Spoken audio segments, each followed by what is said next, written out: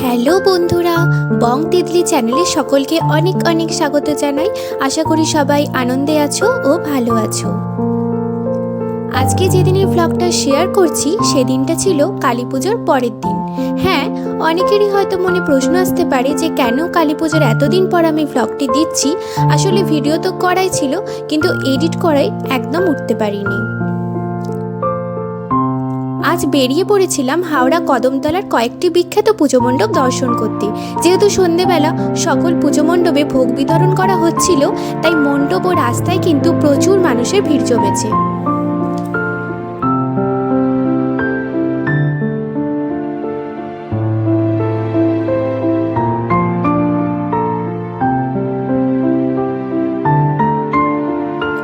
আর এখন যাচ্ছি সিটিবিএস ক্লাবের প্রতিমা দর্শনে।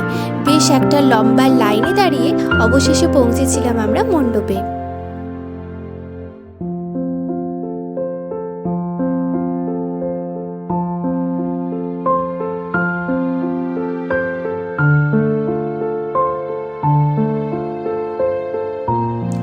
সিটিবিএস ক্লাবের এবারের ভাবনা ছিল বেগুনকোদো রেল স্টেশনের ভৌতিক ঘটনাকে কেন্দ্র করে, আর এই ভাবনার উপর ভিত্তি করে ওরা দেখাচ্ছিল কয়েক মিনিটের একটি পারফরমেন্স।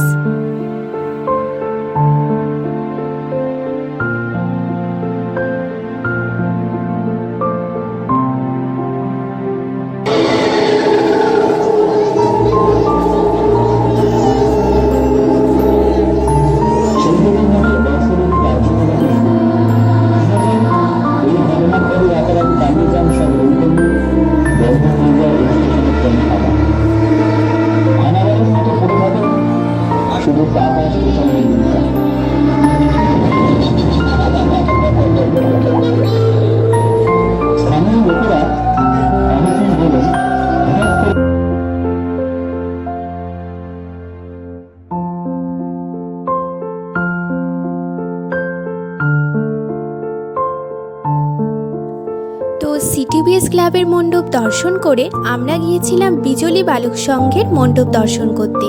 এটিও কিন্তু হাওড়া কদমতলা এরিয়ার একটি বিখ্যাত ক্লাব।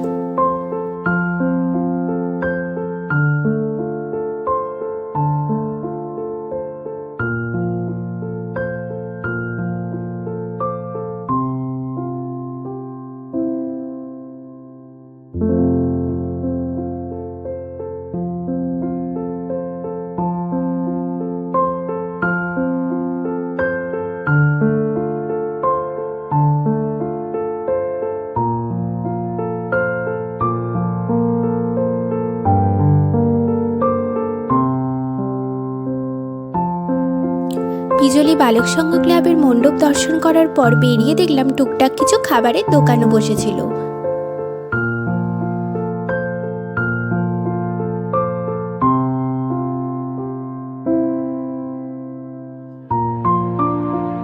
এরপর আমরা দর্শন করলাম আরেকটি পূজা মণ্ডপ, কিন্তু এই মণ্ডপের নামটা কিন্তু আমার ঠিক মনে নেই, তাই আর আপনাদের সাথে শেয়ার করতে পারলাম না।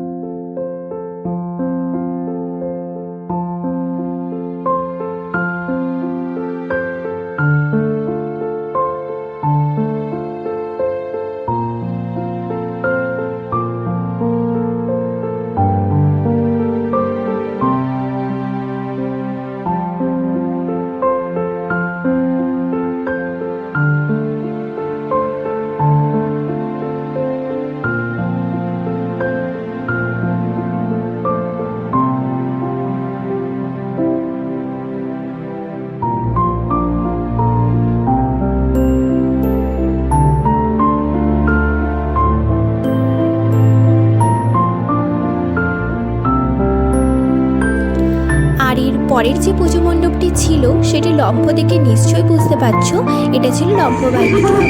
এখানেও কিন্তু কয়েক মিনিটের একটি শোয়ের আয়োজন করা হয়েছিল।